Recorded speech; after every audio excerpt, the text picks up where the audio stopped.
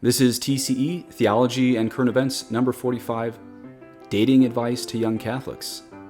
Hello, my name is Father David Nix. This is the Padre Peregrino podcast. Please subscribe if you like my material. Now we jump into my dating advice to young Catholics. If you want to marry someone, you need to have more than just the checklist covered on orthodoxy and wanting a bunch of Catholic kids. You actually need to be in love, at least somewhat, with a person of the opposite sex, and they should be somewhat in love with you.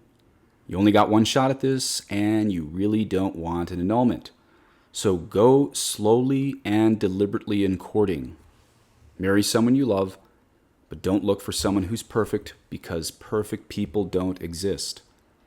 Yes, that checklist should exist as far as being a good Catholic, but there has to be some chemistry with the other person. So don't settle for a loser, because it's better to be an old maid or an old bachelor than to marry the wrong person. You should only attempt to court another Catholic who is equally yoked theologically. If you don't think that your future spouse is already on his or her way to heaven without you, do you think that that person is going to get your kids to heaven? Of course not. This whole flirt to convert thing rarely works out for a happy marriage. There are a few exceptions, but they are rare. On the other hand, if you're a perfectionist, keep in mind I had an Australian priest friend who used to say to young women, "Stop looking for Saint Joseph, because you're not the Blessed Virgin Mary." If you don't want to court someone, simply tell them the following: I don't want to pursue a romantic relationship with you. Or, if you must put it in the passive voice, just say, I don't think it's a good idea for us to be dating.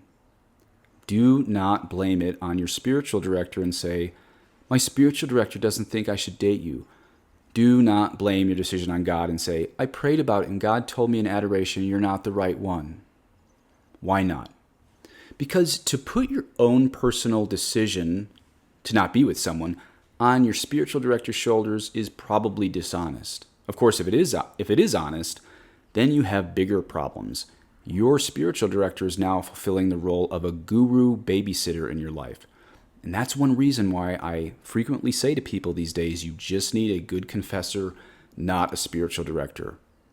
However, if you really think you need a spiritual director, find someone who will give you the tools to make mature, adult decisions in your life, especially if you're listening to this and you're in your 20s. Not someone who's going to be your creepy cult leader demanding obedience like you're a 17th century Carmelite nun. Yeah, those were happier days of great obedience. But that only worked for religious people before this wicked age that sadly has priestly grooming of young people, both men and women. Also, to blame your decision not to be with someone on God, you know, the old Steubenville sophomoric, I prayed about it and God's telling me you're not the right one. It might sound charitable, but it's wrong both theologically and morally. It's wrong theologically because God doesn't reject people in adoration just because you have feelings for a different person than that person. It's wrong morally because it can do a lot of damage to someone's psyche for them to believe God has rejected them in your own personal time in prayer. I mean, how do you argue back with someone who claims to have that bat phone directly to heaven in your life too? The fact is that it's fine to reject someone from a romantic approach to your life. Just own it honestly without blaming it on locutions or private revelations or novenas or saints whispering in your ear. Again, if you don't want to court or marry someone, just say, I don't want to pursue a relationship with you. Or again, if you must put it in the passive voice, just say to your former squeeze or would-be squeeze, I don't think it's a good idea for us to be courting. Now, a little bit different topic, chastity. Chastity before and during courting. It's actually more important than you think. Many women today, many Catholic women, are dating men who have secret internet addictions, and it's even growing in the vice versa at this point. But we'll talk about it in that first direction. These men who have these addictions, they often think that addiction will be solved when they get married. As you probably know, such addictions only get worse in marriage. So when St. Paul writes in 1 Corinthians 7:9, it is better to marry than to be burnt, or better to marry than burn, he means that marriage is a remedy for the ordinary burning in the loins, concupiscence that came from the fall of Adam and Eve. However, the extraordinary concupiscence that comes from major addictions in the 21st century, that is not normally healed by getting married. So you can't apply 1 Corinthians 7:9 there. You got to kick your addiction before you get married. Why is this? Well, because the grace of marriage builds on nature, and a nature gravely wounded by unconquered addictions, I think you know what I'm talking about, but there's actually a lot more than you think I'm talking about, will not be healed by the grace of marriage. To put it bluntly, if someone doesn't kick his or her addictions before marriage, he or she will expect equally kinky behavior in marriage. And of course, such presumption on grace nearly guarantees an upcoming annulment when your spouse decides she will not endure such bedroom objectification. Now granted, it's not a first date question to say, do you have an internet addiction? But it might be a fifth date question. So don't be afraid to ask it charitably, and then heed such red flags as demurring answers to that question. Also, non-6th and 9th commandment addictions like substance abuse, those also need to be ended before you even think about getting engaged. Other more serious sexual aberrations and unusual perversions may be healed by the grace of Jesus Christ flowing through prayer, fasting, and the sacraments. I think you know what I mean by that.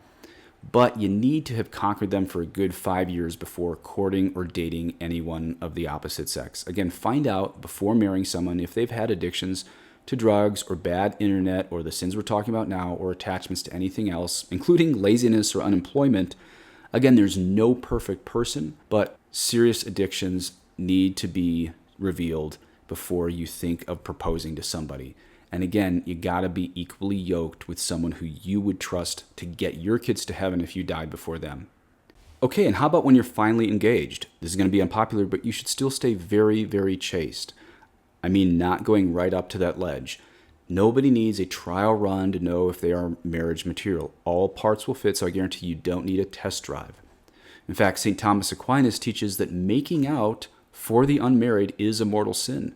He writes in the second part of the second part, question 154 of the Summa, when these kisses and caresses are done for this delectation or enjoyment, it follows that they are mortal sins, and only in this way are they said to be lustful.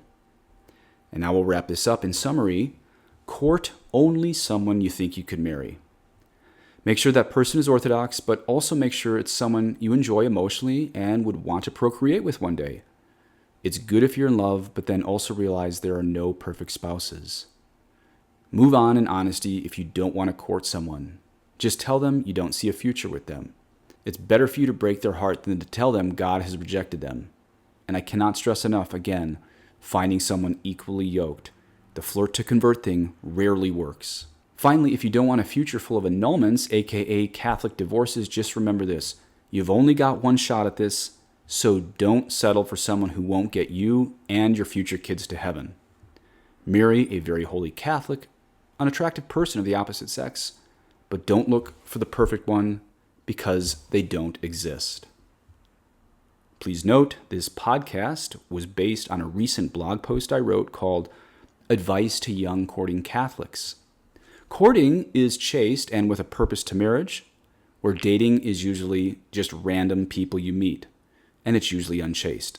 So that blog title, using courting, is actually more accurate than this title, dating, but yeah, it was a bit of clickbait, and also many Catholics don't know what courting is, so I did call this podcast Dating Advice for Young Catholics. May God bless you all.